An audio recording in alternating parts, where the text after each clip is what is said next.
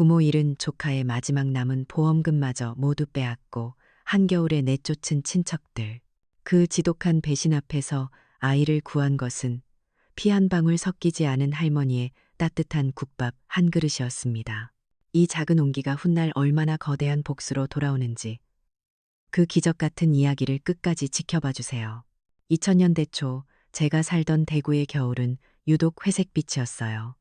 제가 살던 아파트 단지는 성냥갑처럼 똑같이 생긴 건물들이 끝도 없이 늘어서 있었죠. 창문 너머로 보이는 풍경은 늘 시멘트 벽이었고 사람들 얼굴에선 웃음기보다 찬바람이 먼저 느껴졌어요. 세상은 온통 네모나고 차갑고 조용한 곳이라고 생각했죠. 그땐 그게 세상의 전부인 줄 알았거든요. 하지만 그 회색빛 세상에도 다른 색을 가진 곳이 하나 있었어요. 바로 서문시장이에요. 아버지 손을 잡고 처음 가봤던 시장은 제가 알던 세상과는 전혀 다른 곳이었죠. 새벽 어스름이 채가시기도 전에 시장은 벌써 깨어나고 있었어요. 커다란 가마솥에선 뽀얀 김이 쉴 새 없이 피어올라 겨울 공기 속으로 흩어졌고 그 김에는 구수한 돼지뼈, 국물 냄새가 섞여 있었죠. 자, 골라 골라. 싱싱하다. 아짐에 이거 한 금만 더 주소. 여기저기서 터져나오는 상인들의 목소리는 노래 같았어요. 그들의 말씨에는 뭐라카노, 했는교? 같은 정겨운 대구 사투리가 진하게 배어 있었는데 그게 그렇게 활기차게 들릴 수가 없었어요. 물건값을 깎으면서도 덤으로 나물 한 줌 더 얹어주는 손길, 오고 가는 농담 속에 피어나는 웃음. 시장은 단순히 물건을 파는 곳이 아니라 사람 사는 정이 부딪히고 섞이는 거대한 심장 같은 곳이었어요. 차가운 회색 도시 속에서 유일하게 뜨거운 피가 도는 곳이었죠.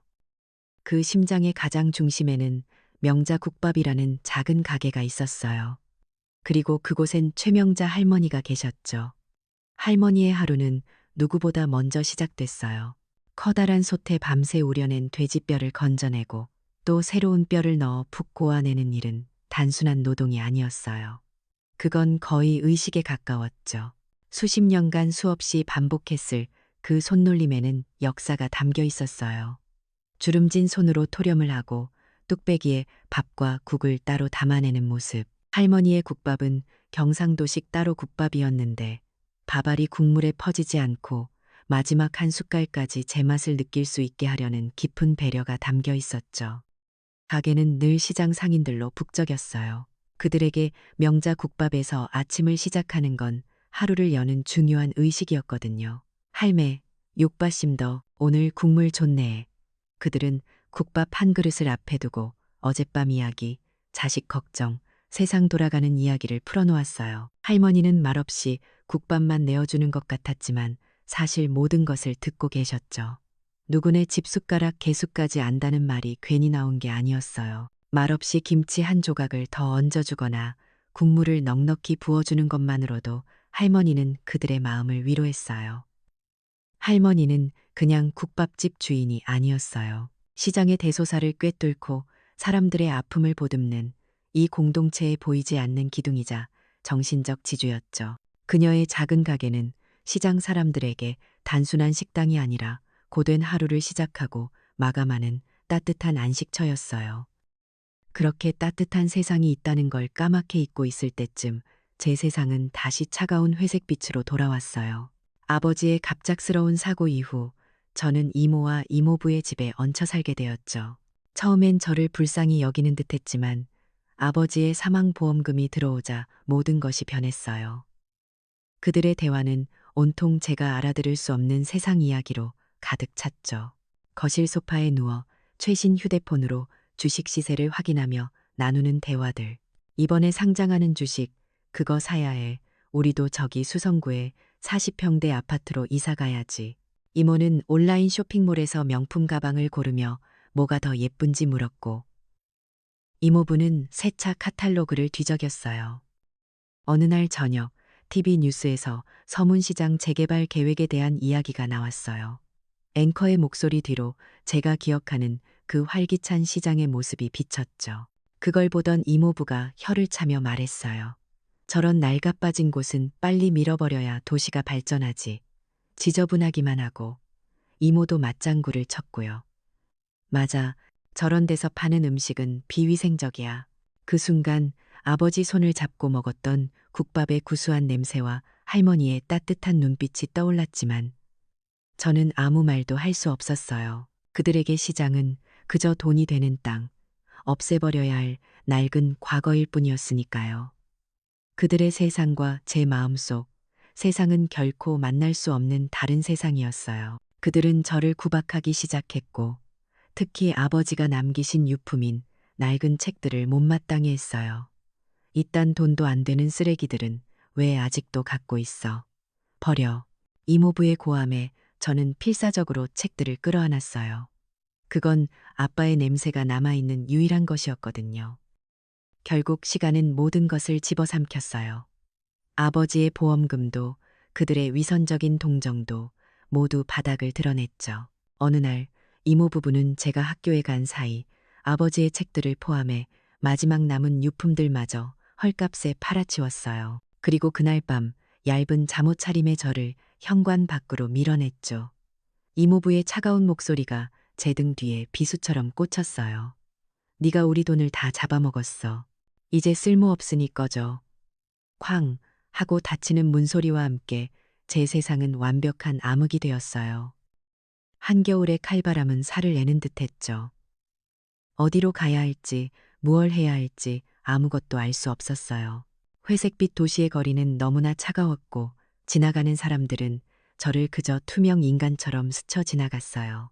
굶주림과 추위에 정신이 아득해질 때쯤 제 발걸음은 무의식적으로 한 곳을 향하고 있었어요. 아주 어릴 적 아빠 손을 잡고 갔던 그곳, 기억 저편에서 피어오르는 구수한 냄새가 저를 이끄는 것만 같았어요. 비틀거리며 얼마나 걸었을까요? 마침내 익숙한 골목에 다다랐을 때 제 코끝에 정말로 그 냄새가 와 닿았어요.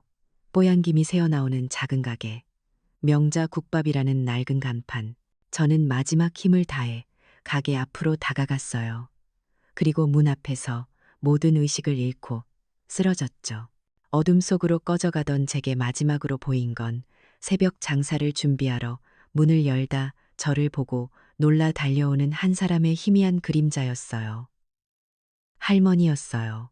의식을 잃었던 제게 처음으로 돌아온 감각은 냄새였어요. 아주 깊고 구수하고 따뜻한 냄새였죠.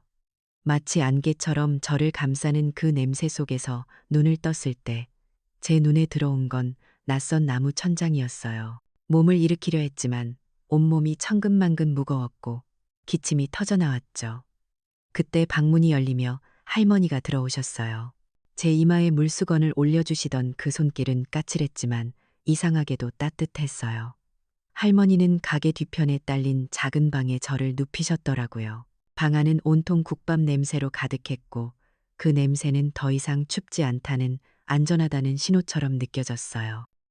며칠을 그렇게 알았어요.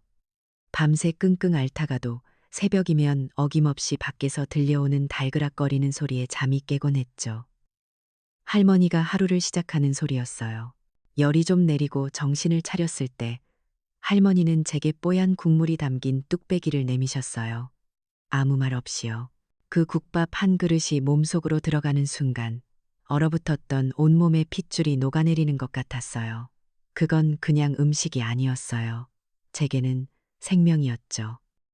몸이 좀 나아지자 저는 더 이상 방 안에만 있을 수가 없었어요. 할머니 뒤를 졸졸 따라다니며 뭐라도 도우려고 했죠. 처음엔 그저 가게 구석에 쭈그려 앉아 손님들이 먹고 나간 그릇을 나르는 것부터 시작했어요. 그릇을 설거지통에 담그고 젖은 행주로 상을 닦았죠. 할머니는 아무것도 시키지 않으셨지만 저는 제가 할 일을 찾아 움직였어요. 그러다 보니 어느새 파다듬는 법을 배우고 깍두기를 그릇에 담고 배달 가는 할머니의 작은 손수레를 미는 것도 제 일이 되었어요. 제가 무언가를 할 때마다 할머니는 말없이 제 밥그릇에 고기를 한 점 더 올려주시곤 했어요. 칭찬도 꾸중도 없었지만 저는 알 수 있었어요. 제가 처음으로 쓸모있는 사람이 되었다는 걸요. 아주 작은 미소가 제 얼굴에 다시 피어나기 시작한 것도 그때쯤이었어요. 하지만 그 작은 평화는 오래가지 않았어요. 어느 날부터인가 시장 분위기가 뒤숭숭했죠. 어깨에 힘이 잔뜩 들어간 낯선 남자들이 시장 골목을 어슬렁거리기 시작했어요. 그들은 손에 줄자를 들고 가게 넓이를 재고 사진을 찍어댔죠. 상인들이 불안한 눈으로 그들을 쳐다보며 수군거렸어요. 재개발 조합 용역들이라 카더라. 그들의 눈에는 수십 년간 이어져 온 상인들의 삶과 땀이 보이지 않는 것 같았어요. 그저 낡고 지저분하고 돈이 될 땅으로만 보는 듯했죠. 그들의 차가운 눈빛은 이모 부부의 눈빛과 닮아 있었어요. 전통과 사람의 온기 같은 건 낙후라는 말 한마디로 지워버릴 수 있다고 믿는 그런 눈빛이었죠. 그들이 시장에 나타날 때마다 따뜻했던 시장 공기는 차갑게 얼어붙었고 제 마음속에도 불안의 그림자가 드리워졌어요. 불안은 현실이 되었죠. 제가 시장에 온 지 몇 달이 지났을까? 그들이 나타났어요. 이모와 이모부였죠. 어디선가 제가 살아있다는 소문을 들었나 봐요. 가게 안으로 들이닥친 그들의 모습은 몇 달 전보다 더 번지르르 했어요. 아마 아버지의 마지막 남은 돈까지 다 긁어쓴 모양이었죠. 이모는 저를 보자마자 역겹다는 듯 인상을 찌푸리며 다가와 제 팔을 잡아챘어요. 할머니가 앞을 막아서자 이모부는 주머니에서 구겨진 서류 한 장을 꺼내 보이며 소리쳤죠. 우리가 얘 법적 보호자요. 할머니가 뭔데 참견이십니까? 그 순간 할머니가 쌓아 올린 수십 년의 도덕적 권위가 법이라는 차가운 단어 앞에서 무력해지는 것 같았어요. 주변 가게 상인들이 몰려들었어요. 알을 저렇게 내쫓아 놓고 이제 와서 뭐 하는 짓이고 양심도 없는 인간들. 험악한 말들이 쏟아졌지만 이모 부부는 눈 하나 깜짝하지 않았죠. 오히려 이모는 더 큰 소리로 외쳤어요. 남의 집 가정사에 끼어들지 마세요. 경찰 부르기 전에 저는 제 등 뒤에서 계신 할머니의 몸이 작게 떨리는 것을 느꼈어요. 저 때문에, 저 하나 때문에 할머니와 이 좋은 시장 사람들이 곤란해지는 게 너무나 두려웠어요. 제 존재 자체가 이 따뜻한 공동체에 피해를 주는 것만 같았죠. 버림받은 조카와 시장의 새로운 식구, 두 개의 정체성이 제 안에서 산산조각 나는 기분이었어요. 갈등은 시장 한복판에서 터져 나왔어요. 이모 부부가 억지로 저를 끌고 가려 하자 시장 사람들이 온몸으로 길을 막아섰죠. 분노를 참지 못한 이모부가 제 멱살을 잡아챘어요. 그의 입에서 상상할 수 있는 가장 잔인한 말이 가장 끔찍한 모욕이 터져 나왔어요. 시장 전체가 들으라는 듯이요. 내 애비 보험금 우리가 다 썼다. 아직도 우리한테 빚진 게 많아. 이딴 거지 같은 국밥 얻어먹으면서 우리 얼굴에 똥칠을 해? 그 말은 단순한 폭언이 아니었어요. 그건 제 생명을 구해준 국밥에 대한 모독이었고 수십 년간 시장 사람들의 허기를 달래준 할머니의 지혜에 대한 공격이었으며 어려울 때 서로 돕고 사는 이 공동체에 정의라는 가치를 짓밟는 행위였어요. 한국 땅에서 사람이라면 결코 해서는 안 될 배은망덕과 인륜 파괴의 극치였죠. 그 순간 시장의 모든 소음이 멎는 것 같았어요. 정적이 흐르는 동안 이모는 주머니에서 최신 스마트폰을 꺼내 들었어요. 번쩍이는 카메라 렌즈가 저와 할머니 그리고 시장 사람들을 향했죠. 그녀의 입가엔 비릿한 미소가 걸려 있었어요. 이것 봐요. 늙은이가 애 하나 데리고 돈벌이하는 현장입니다. 아동 착취로 싹 다 고소해 버릴 테니 그런 줄 아시오. 법과 고소. 그 낯설고 위협적인 단어들은 총알처럼 날아와 시장 사람들의 마음에 밝혔어요. 정의감에 불타던 몇몇 사람들의 얼굴에 망설임과 두려움이 스쳤죠. 수십 년을 지켜온 공동체의 도덕률이 최신 기술과 법이라는 무기 앞에서 한순간에 무력해질 수 있다는 잔인한 현실이 눈앞에 펼쳐지는 순간이었어요. 시장 전체가 차가운 공포에 휩싸이는 것만 같았죠. 쪽팔리는 줄 알아야지. 어디 와서 행패고. 누군가 외쳤지만 그 목소리는 이전처럼 크지 못했어요. 그날 밤 시장은 분노와 연대감으로 늦게까지 술렁였어요.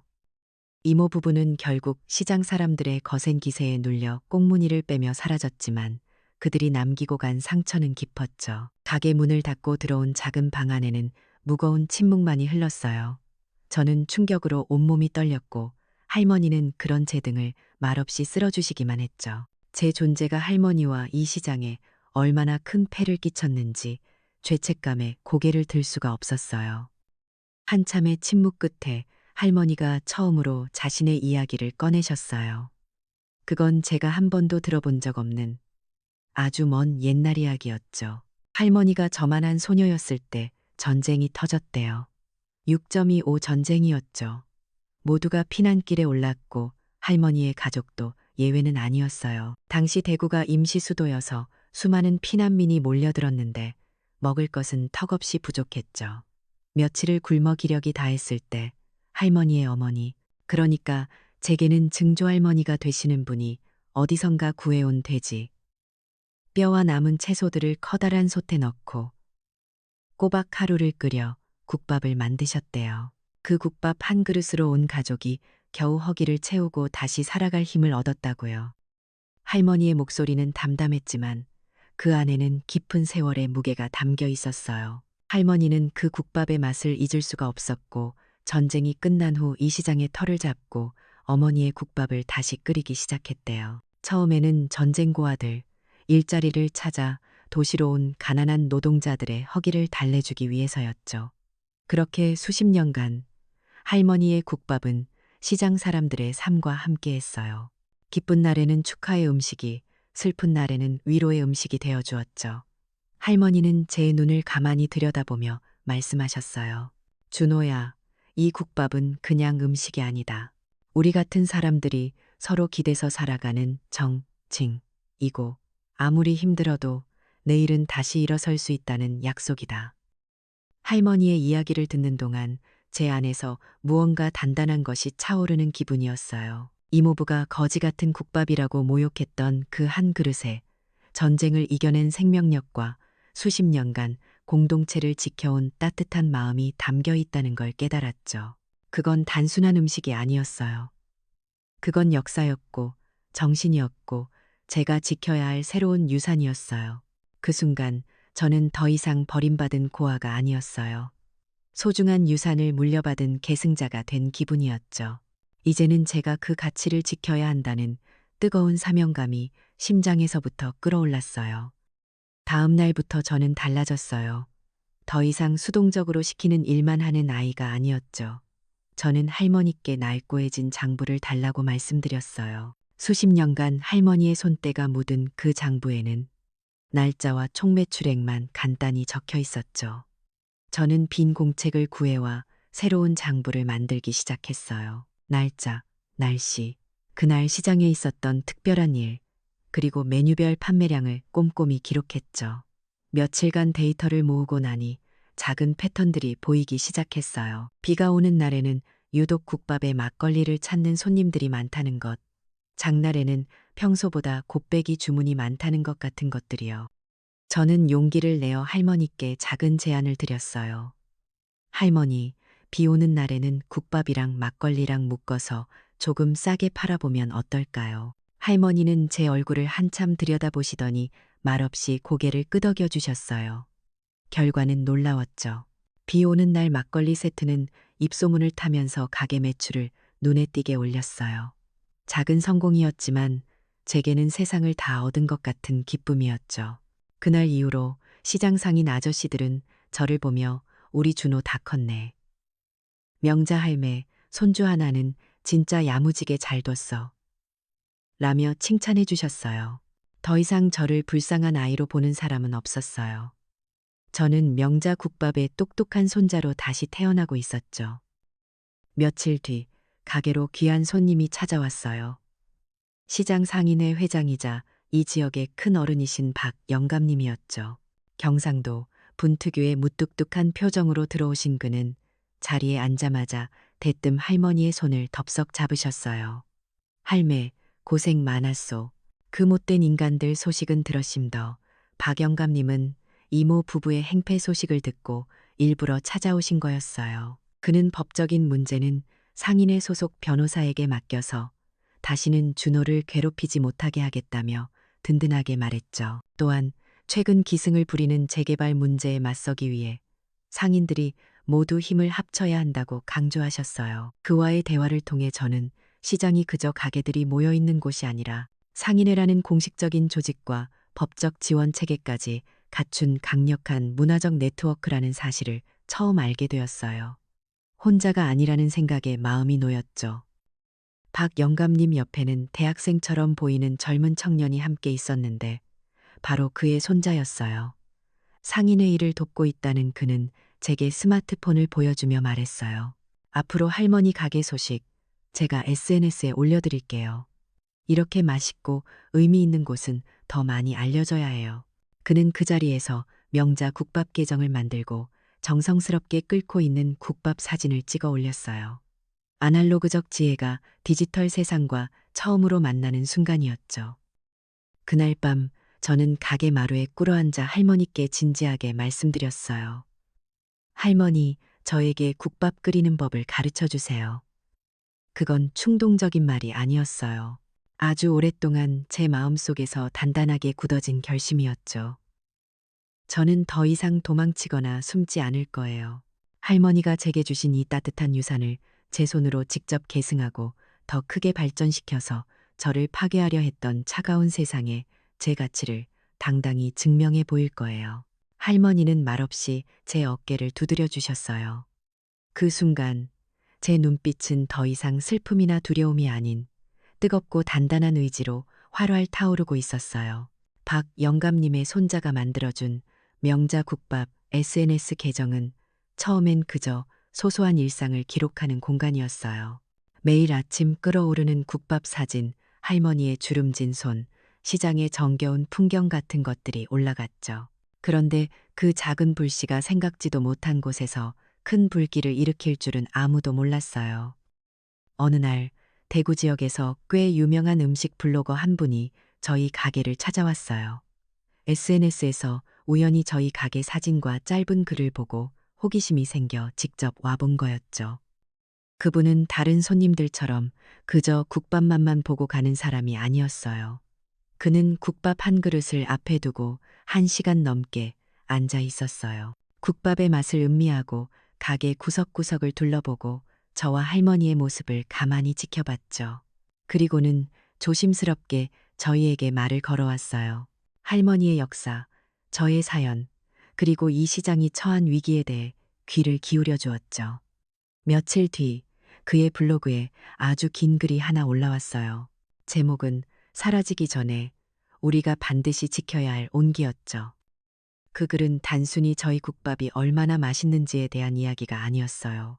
전쟁의 폐허 속에서 피어난 한 그릇의 국밥이 어떻게 수십 년간 사람들을 위로해 왔는지, 모든 것을 잃은 한 소년이 그 국밥을 통해 어떻게 다시 일어서고 있는지, 그리고 자본의 논리 앞에서 그 모든 이야기가 사라질 위기에 처했는지를 진심 어린 문장으로 담아냈어요.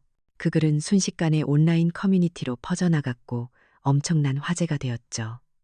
이런 곳이 있는 줄 몰랐네요. 이번 주말에 꼭 가봐야겠어요. 이야기를 읽으니 눈물이 나네요. 서명운동이라도 해야 하는 거 아닌가요? 댓글이 수백, 수천 개가 달렸어요.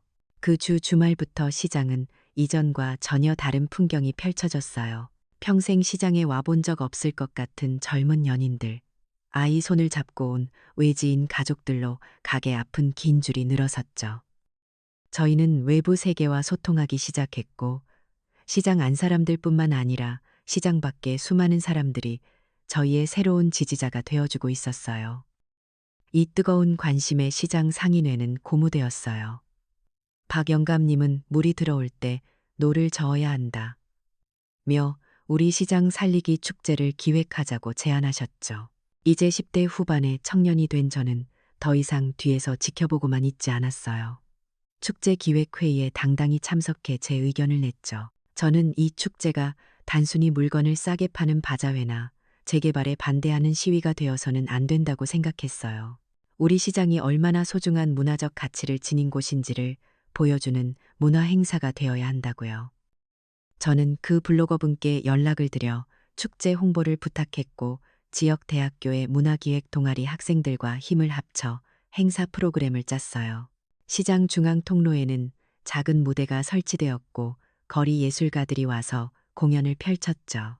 한쪽에서는 대구의 자랑인 방자유기, 공예장인이 직접 유기를 만드는 시연을 보였고 다른 쪽에서는 신명나는 비산농악 공연이 한바탕 펼쳐져 사람들의 어깨를 들썩이게 했어요. 시장 전체가 거대한 축제의 장이 된 거죠. 저희 명자국밥은 그날 하루 수백 그릇의 국밥을 팔았지만 그보다 더 기뻤던 건 시장 전체가 활기로 넘쳐나는 모습을 보는 것이었어요. 저희는 외부의 위협에 맞서기 위해 스스로가 가진 문화의 힘을 깨닫고 그것을 세상에 보여주기 시작한 거예요. 축제는 대성공이었어요. 소문을 듣고 찾아온 사람들로 시장은 발 디딜 틈이 없었죠. 그리고 그 인파 속에는 아주 특별한 손님도 있었어요. 지역 대학교의 민속학 교수님이었죠. 그는 축제 현장을 둘러보고 장인들과 이야기를 나누고 마지막으로 저희 가게에 들러 국밥 한 그릇을 주문했어요. 그는 국밥을 맛본 후 한참 동안 눈을 감고 있더니 제게 이렇게 말했죠. 이건 단순한 음식이 아니네. 이건 대구의 서민사와 산업화의 역사를 온몸으로 관통해온 살아있는 문화유산이야. 그의 말은 엄청난 파급력을 가졌어요. 지역 신문과 방송에서 교수님의 인터뷰를 비중 있게 다루었고 저희 시장의 싸움은 새로운 국면을 맞이했죠. 이제 이건 단순히 상인들의 생존권 투쟁이 아니었어요.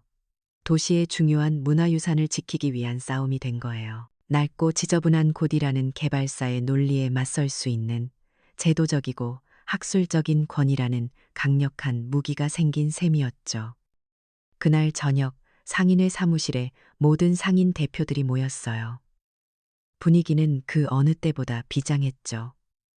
박 영감님은 모두의 앞에서 선언했어요. 이제 싸움은 시작입니다. 우리에겐 이제 대의명분이 있습니다. 상인연대는 교수님의 학술적 검증, 언론의 우호적인 보도, 그리고 축제를 통해 확인된 시민들의 뜨거운 지지를 바탕으로 대구시청에 재개발 계획에 전면 재검토를 요구하는 공식 청원서를 제출하기로 만장일치로 결정했어요. 저와 박 영감님의 손자를 비롯한 대학생 자원봉사자들은 곧바로 행동에 나섰어요.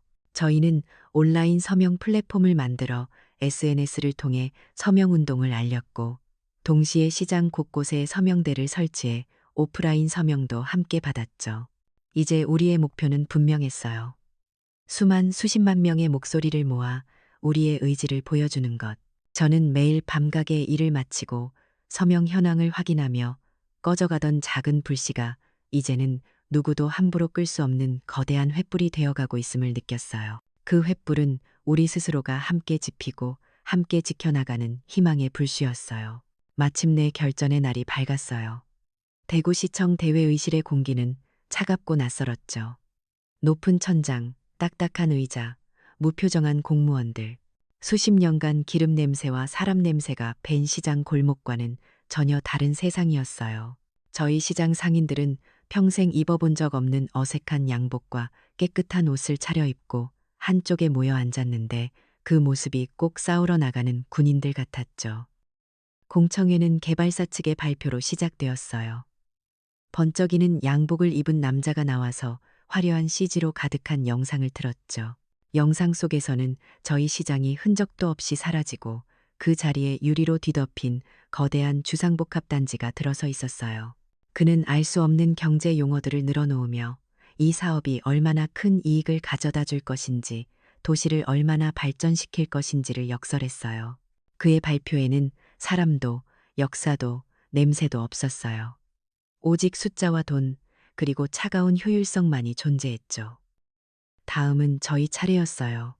상인회 대표로 박 영감님이 단상에 서셨죠. 그는 투박한 대구 사투리로 돋보기를 꺼내들고 삐뚤빼뚤한 글씨로 적어온 종이를 읽어내려가기 시작했어요. 시장이 처음 생겼을 때부터 전쟁을 겪고 산업화를 거치며 이 도시의 서민들과 어떻게 함께 울고 웃어왔는지, 그의 이야기는 진심이 담겨 있었지만 회의실의 차가운 공기를 데우기에는 역부족인 것 같았어요. 몇몇 시의원들은 하품을 하기도 했죠. 그리고 마지막 발표자로 제 이름이 불렸어요. 어엿한 청년이라고 하기엔 아직 앳된 교복을 막 벗은 제가 단상에 섰을 때 회의실은 의아함으로 술렁였죠. 수백 개의 눈동자가 제게로 향했어요. 심장이 미친 듯이 뛰고 다리가 후들거렸어요. 마이크 앞에 서서 준비한 원고를 보았지만 눈앞이 캄캄해서 아무것도 보이지 않았죠. 잠시 눈을 감았어요. 그러자 떠오르는 건 할머니의 주름진 손, 뽀얀 국밥의 김, 그리고 저를 보며 웃어주던 시장 사람들의 얼굴이었어요. 저는 원고를 옆으로 밀어놓고 마이크를 고쳐 잡았어요. 떨리는 목소리로 제 이야기를 시작했죠. 몇 년 전 겨울, 모든 것을 잃고 이 시장에 처음 왔던 날의 이야기부터요. 이모 부부에게 쫓겨나 굶주림과 절망 속에서 죽어가던 제가 어떻게 할머니의 국밥 한 그릇으로 다시 살아났는지, 그 국밥이 제게는 단순한 음식이 아니라 생명이었고 희망이었으며 제가 돌아갈 가족이었다고요. 저는 점점 더 목소리를 높였어요. 개발사 측이 보여준 저 화려한 건물에는 영혼이 없다고. 하지만 저희 시장의 낡은 가게들에는 수십 년의 땀과 눈물, 우리들의 삶과 추억이 담겨 있다고 외쳤죠. 이곳은 숫자로 계산할 수 없는 곳입니다. 이곳은 돈으로 살 수 없는 우리들의 심장입니다. 마지막 문장을 외쳤을 때 저는 거의 울부짖고 있었어요. 박 영감님의 손자가 회의실 구석에서 스마트폰으로 이 모든 과정을 온라인으로 생중계하고 있었죠. 제 연설이 끝나자 회의실에는 잠시 정적이 흘렀어요. 그리고 곧이어 저희 상인들이 앉아있던 쪽에서부터 박수가 터져 나왔죠. 그 박수는 점점 커져서 회의실을 가득 메웠고 몇몇 시의원들조차 고개를 끄덕이며 박수를 치고 있었어요. 개발사 직원들은 당황한 기색이 역력했고 온라인 생중계 채팅창은 이미 폭발하고 있었어요. 저 학생 말이 다 맞다. 서문시장을 지켜주세요. 개발이 다가 아니잖아. 수천, 수만 개의 응원 메시지가 실시간으로 올라왔죠. 그날 이후 세상이 뒤집혔어요.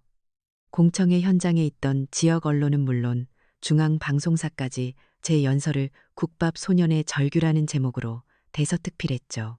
유튜브와 페이스북에는 제 연설 영상이 수백만 뷰를 기록하며 퍼져나갔고 서문시장 지키기는 대구를 넘어 전국적인 이슈가 되었어요. 여론은 거대한 파도처럼 저희의 편이 되어 주었죠. 결국 며칠 뒤 대구시에서 공식 발표가 나왔어요. 시는 기존 개발사의 재개발 계획을 전면 백지화하고 상인회와 전문가, 그리고 시가 함께 참여하는 상생형 공공재개발을 추진하겠다고 약속했어요. 그 발표가 나오던 날 시장은 온통 축제 분위기였어요. 상인들은 서로 부둥켜 안고 울고 웃었고 박 영감님은 제 등을 두드리며 네가 해냈다, 준호야.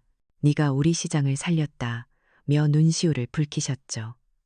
자본의 논리에 맞선 우리들의 문화와 연대의 완벽한 승리였어요.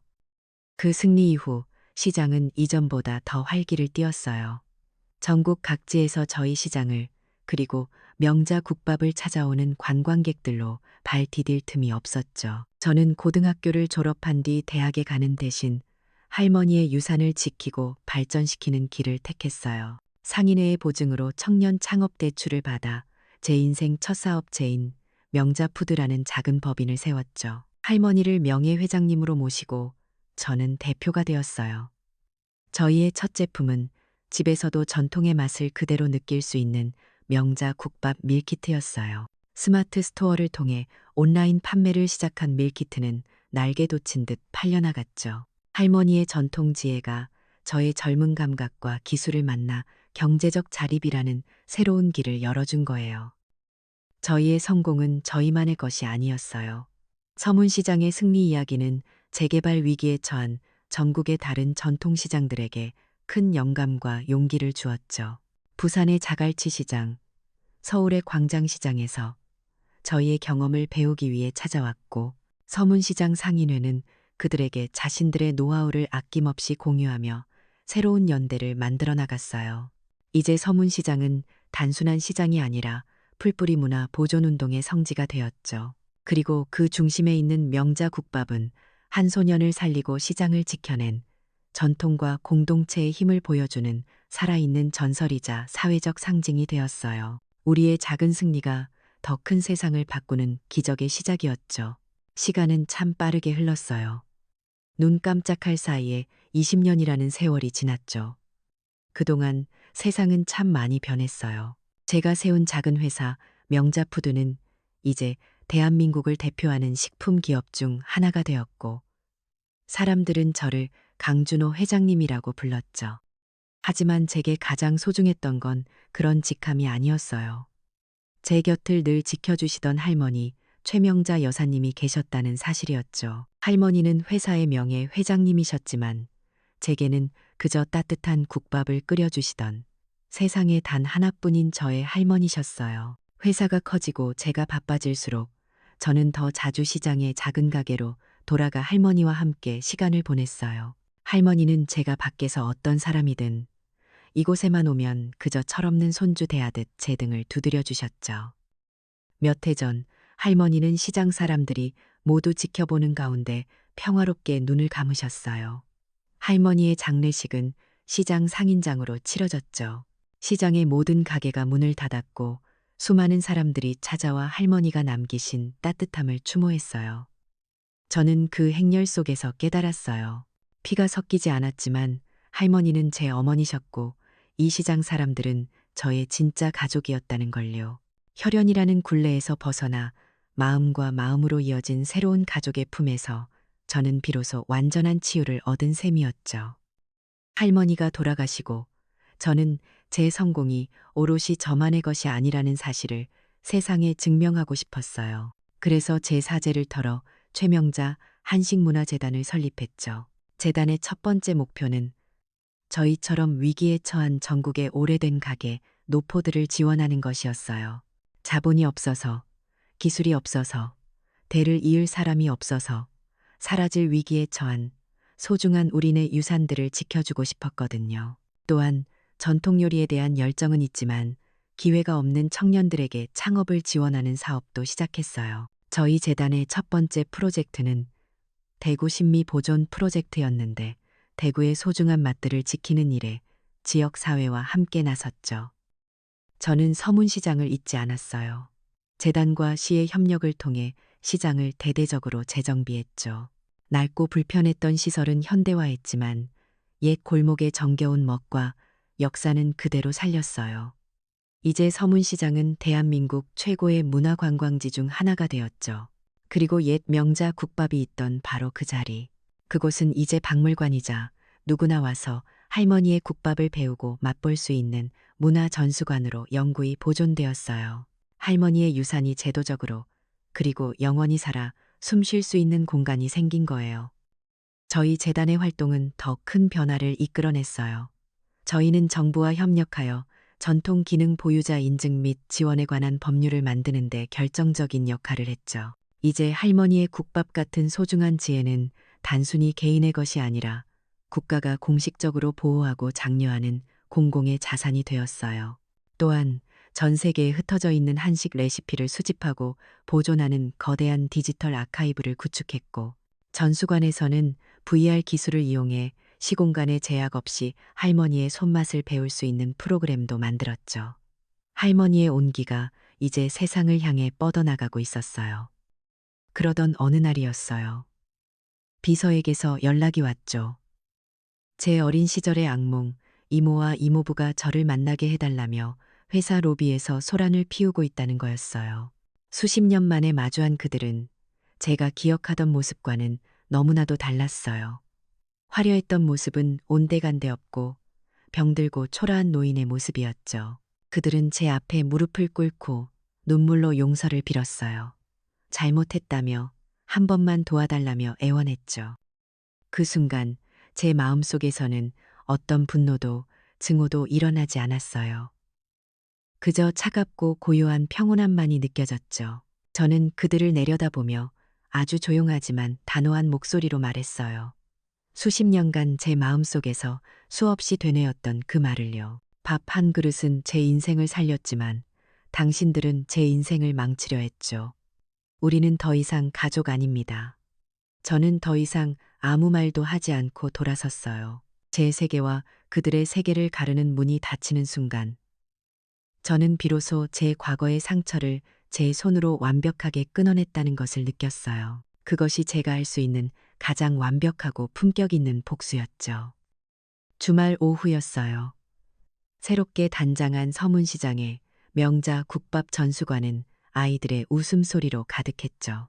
저는 그곳에서 제 어린 아들과 딸에게 국밥 끓이는 법을 가르쳐 주고 있었어요. 아이들의 작은 손을 잡고 뚝배기에 밥을 담으며 저는 할머니가 제게 들려주셨던 것처럼 아이들에게 증조 할머니의 이야기를 들려주었죠. 이 국밥 한 그릇이 아빠를 살렸고 이 시장을 지켰고 아주 많은 사람들을 행복하게 했단다. 제 말을 듣는 아이들의 초롱초롱한 눈망울 위로 뚝배기에서 피어오르는 따뜻한 김이 하얗게 서려올랐어요. 그 온기는 세대를 넘어 시간을 넘어 앞으로도 영원히 이곳에 머물 거라는 것을 저는 알고 있었어요. 할머니가 남기신 위대한 유산은 이제 다음 세대의 작은 손 안에서 안전하게 이어지고 있었으니까요. 결국 한 사람의 인생을 구한 건 거창한 돈이나 권력이 아니었어요. 그저 마음이 담긴 따뜻한 국밥 한 그릇이었죠. 그 작은 온기가 꺼져가던 생명을 살리고 흩어질 뻔한 공동체를 지켰어요. 그리고 마침내 세대를 넘어 모두의 가슴에 남는 전설이 되었답니다. 진정한 유산이란 바로 그런 마음을 이어가는 것이겠죠.